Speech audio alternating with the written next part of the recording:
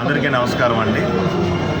Chiranjeevi mark Shankar త్వరగా ఆరోగ్యం కుదుటపడాలని, త్వరగా కోలుకోవాలని ఆ భగవంతుని ప్రార్థించడానికి ఈరోజు కోట దుర్గమ్మ టెంపుల్కి రావడం జరిగింది. ఈరోజు నాతో పాటు నాయకులందరూ కూడా, కూటమి నాయకులందరూ కూడా ఈరోజు ఈ కార్యక్రమంలో పాల్గొన్నారు. ప్రధానమంత్రి మోడీ గారు కూడా పవన్ కళ్యాణ్ గారికి ఫోన్ చేసి పరామర్శ కూడా చేయటం జరిగింది. ఈ ప్రమాదంలో అతి తక్కువ గాయాలతో బయటపడ్డారు. ఇప్పుడే మాకు అందినటువంటి సమాచారం ప్రకారం జనరల్ వార్డు కూడా, ఎమర్జెన్సీ వార్డు నుంచి జనరల్ వార్డు కూడా షిఫ్ట్ చేయడం జరిగింది.